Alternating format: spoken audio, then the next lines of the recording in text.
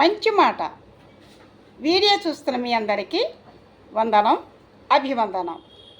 ఈరోజు మరొక మంచి మాట చెప్పుకుందామా? ఇంటి పోరు. అవునండి, కొంతమంది ఇళ్ళలో తగాదాలు ఉంటాయి, వీటినే ఇంటి పోరు అంటారు. మరి కొంతమంది అదే పనిగా నస పెడుతూ ఉంటారు. ఈ నస భరాయించటం, ఇంటి పోరు, ఈ బాధ మామూలు బాధ కాదండి. అందుకే మన వేమన గారు ఈ ఇంటి పోరు గురించి కూడా ఒక చిన్న పద్యం చెప్పారు. గుర్తు చేసుకుందామా?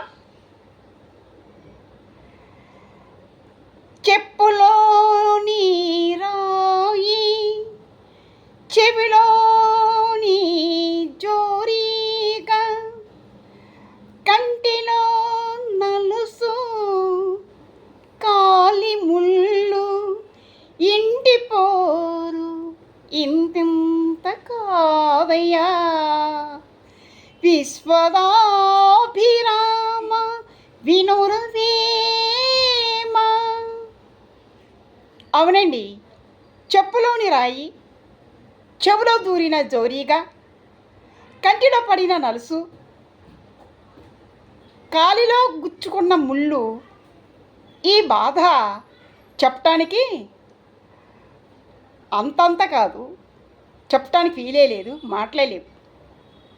ఇంటి పోరు నస పెట్టడం కూడా అంతే బాధగా ఉంటుందండి. అందుకే ఇంటి పోరు వద్దు, నస వద్దు. ఓకే.